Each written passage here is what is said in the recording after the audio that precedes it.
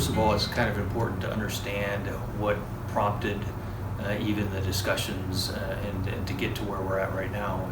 And, we recently did a 10-year master plan for Parks and Recs. And in that master plan, we heard from our community about the things that they felt were most important, the things that town was lacking, the things where we're doing really well, and the things where we're falling short. So one of the areas that was highly articulated by our community was the need for indoor recreational facilities and also an aquatic center. So basically a recreational center and pools and splash pads and things of that nature. So we took that master plan to the council, and they got excited about it and directed staff essentially to go out and begin looking at avenues to begin the construction of such facilities. So we began to work toward this, and roughly a 55,000 square foot recreational facility and aquatic center that contains a Olympic-sized pool, a play pool, splash pad area, a water feature with slides and things of that nature. So that's essentially what the project is, and where we're at with it right now is we have a site located in downtown Marana on Marana, Maine, that we're looking to actually construct it, and we're in the phase right now of actually taking this idea out to the community to talk to them about the need for such a facility and how we go about funding the facility.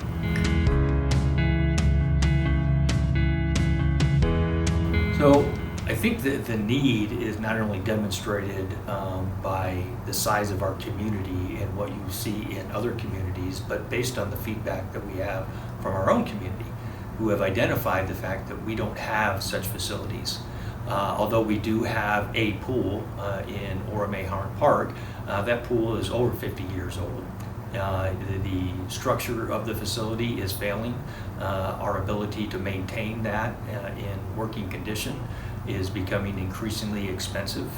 The indoor facilities that we have are very minimal, and what we have in the rec center here downtown, which is more of a building that we utilize for some functions, but there is no, I should say there are very limited exercise areas. There's a small room about the size of a bedroom that has some weights in it and things of that nature. So when you start thinking about a community of 55,000 people utilizing a recreation center, that really doesn't exist in its truest form. So some of the challenges that we have here, our current facility is pushing 50 years old.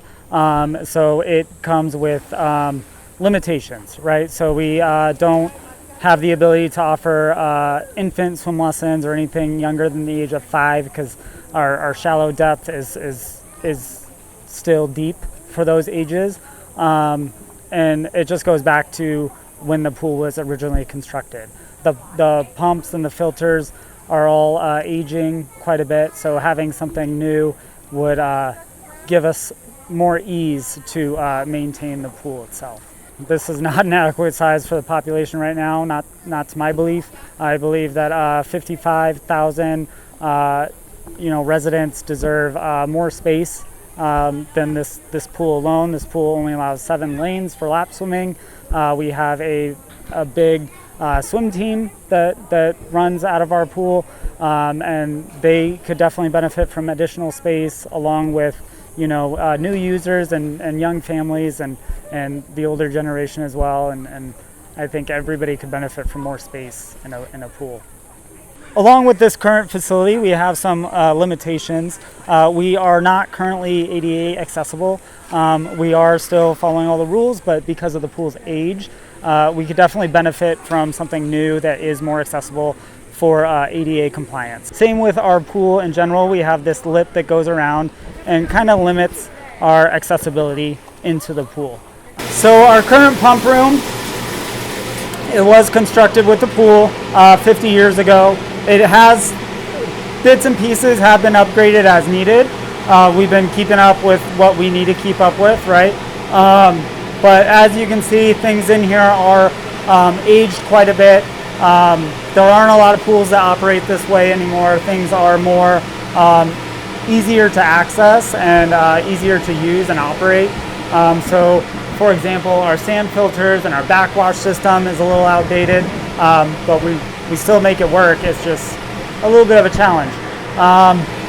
Our surge pit over here is pretty outdated. We've got our pumps and stuff down here in this well. We still are operating off of liquid muriatic acid, which is outdated. Over here is our surge pit for the pool, which, as you can see, is not easy to lift and maintain, but it is what we are currently working with a 50-year-old facility. So a new facility would definitely bring benefits as far as our end on operating and maintaining an aquatics facility for the town. So into our changing facilities here, our locker rooms or our bathrooms. So as you can see, this walkway into here is not entirely ADA accessible. So there's a lot of turns and corners coming around in here. We have our older shower facilities. We have 1 stall, 2 urinals, 2 sinks. The women's bathroom is very, very similar, just multiple stalls, but still the 2 sinks and the 2 shower stalls. But as you can see, this is a little dated. It's open to the outside, so we get a lot of dust blowing in here. It kind of makes it a little dirty. Who does the project benefit? I think that's a great question, and I think it benefits anybody that has a desire to use recreational facilities, whether they're aquatic or whether they're fitness and nature, basketball. There's going to be a couple of basketball courts there. There's going to be, like I said, an Olympic-sized pool. So you have the opportunity for various leagues and programs to exist that we currently don't have. In a community of this size, to not have a basketball league, to not have a place where we can actually hold swim meets and things of that nature, I think that's a real deficiency for a community of this size. It's a huge benefit to families.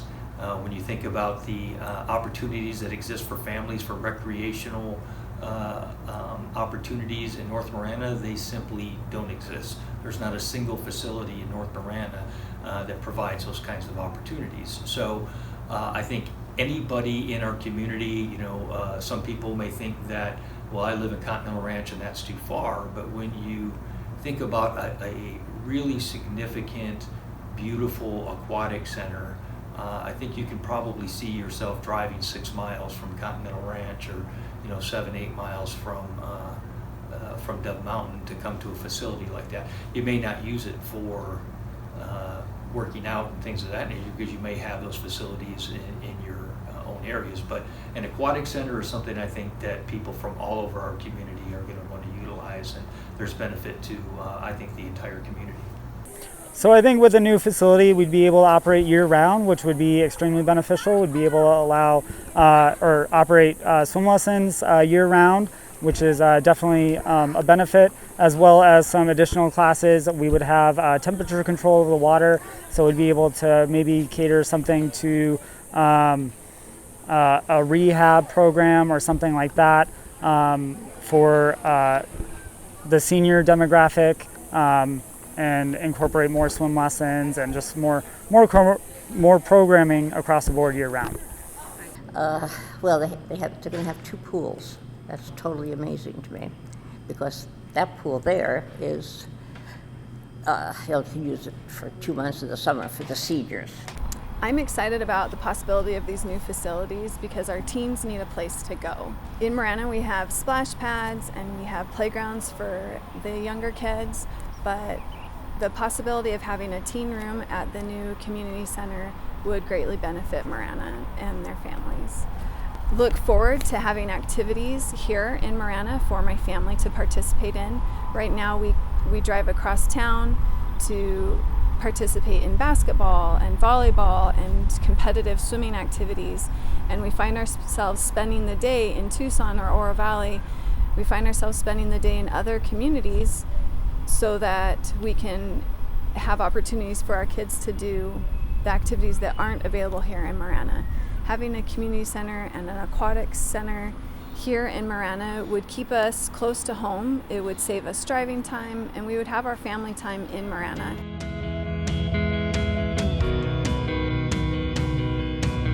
So I think that the question of why North Marana has come up a few times, and I think it's a good question for people, because right now our populace, our largest population, is in southern Marana. But if you look at the general plan and you look at our strategic plans, the growth for our community is all here in northern Marana. So while right now this is the very northern part of our community, it's going to be pretty close to the central part of our community in the next 10 to 15 years. As we grow all the way into Pinal County, this will become a very central location. I think there's a number of other things that come into play when we talk about location and why northern Marana. Number one, the property that we're going to put it on is owned by the town. So it doesn't cost us any money. If you start looking at a piece of property that's 12, 15 acres, which is what you would need to build a facility of this nature in our community, to build that in southern Marana, to have an actual plot that size is going to cost us close to $3 million. So there's money that's added to the project. Not to mention that most of the developers in that area really aren't interested in a recreational facility that doesn't provide a financial gain for them. So from a standpoint of development and economic development, placing it in northern Marana, I think prompts and produces the greatest return on investment in terms of creating additional economic development around it.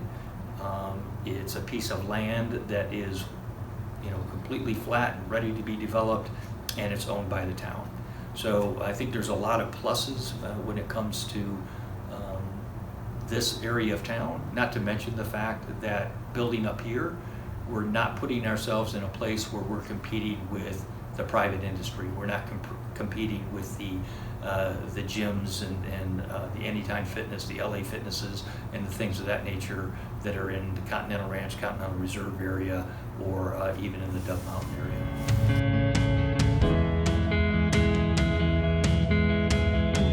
Sure. So I think we as a community have been very frugal with the money that we receive from our community, because we recognize that these are public monies, and it's important for us to handle those public monies in a way that demonstrates trust. And I think over time the council has done an excellent job of that.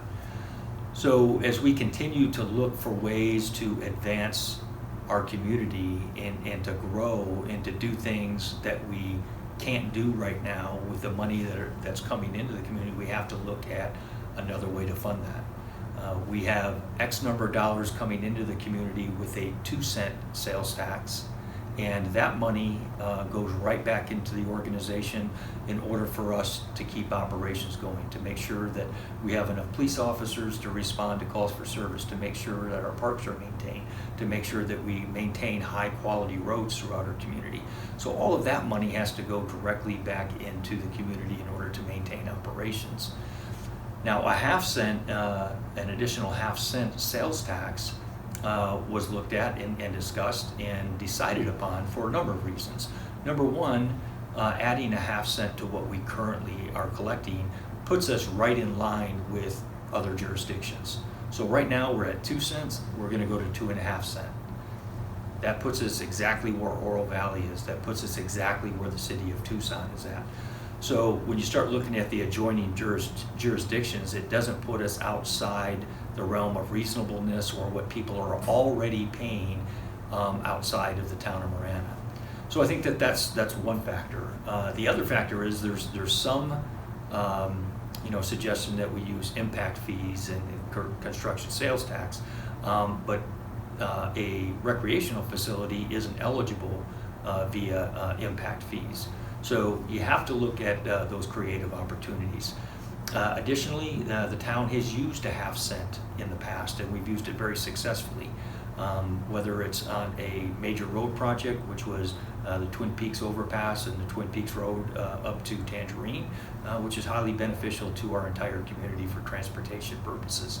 Additionally, just a few short years ago, we implemented a half-cent in order to build a public safety facility, which was desperately needed for our police officers and police personnel. That has enhanced the service delivery for public safety. So again, looking at it from the standpoint of where do we get the biggest bang for the buck, where have we had success, what's the smallest impact to the people of our community, I think a half-cent sales tax is the one that makes the most sense. And the other reason it's that's relevant and important is because about 60 to 65% of our sales tax actually comes from people outside of the community. So to think about it from the standpoint that 60% of this facility or more is going to be funded by people who don't even live in this community, that the people in this community are going to benefit from, I think that that resonates with people, and people can get behind that. You know what, I want to touch on one other thing relative to why a half-cent sales tax, because a number of people have brought up, well, our property tax are already too high. And I want people to understand and make sure that they know that this isn't associated with property tax. And the property tax that they already do pay is not from the Town of Marana. The Town of Marana does not have a property tax. The taxes that are on their tax bills that they get every year from the county go to the county, go to the fire districts, go to the school districts, but they don't come to the Town of Marana. So I think that that's an important element for people to remember. Some people have mentioned that, you know, there's places in California that have lower sales tax than we do. The difference is every community in California that I could find utilizes a property tax in addition to their sales tax. So we use solely a sales tax to keep things running in our community, and the half-cent sales tax for a community center and aquatic center is something that made the most sense for us from that standpoint.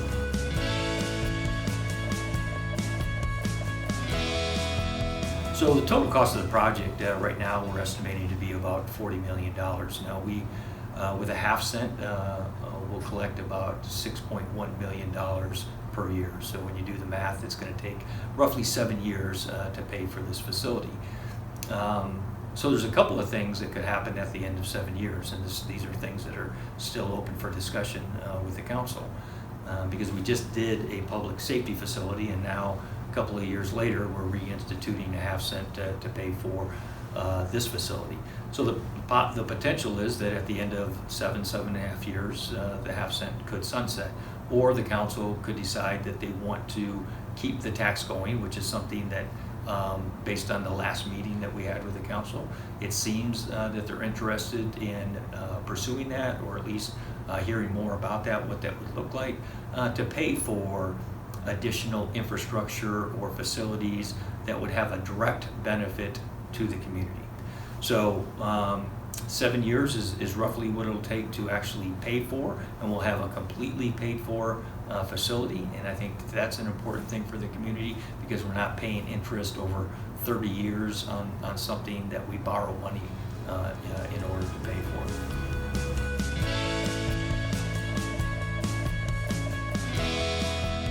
You know, one question that has come up is, why don't we pay for this by charging fees to people who are going to use the facilities? And that certainly is something that will be done. Exactly what the fees are going to be and what that looks like, we don't know yet.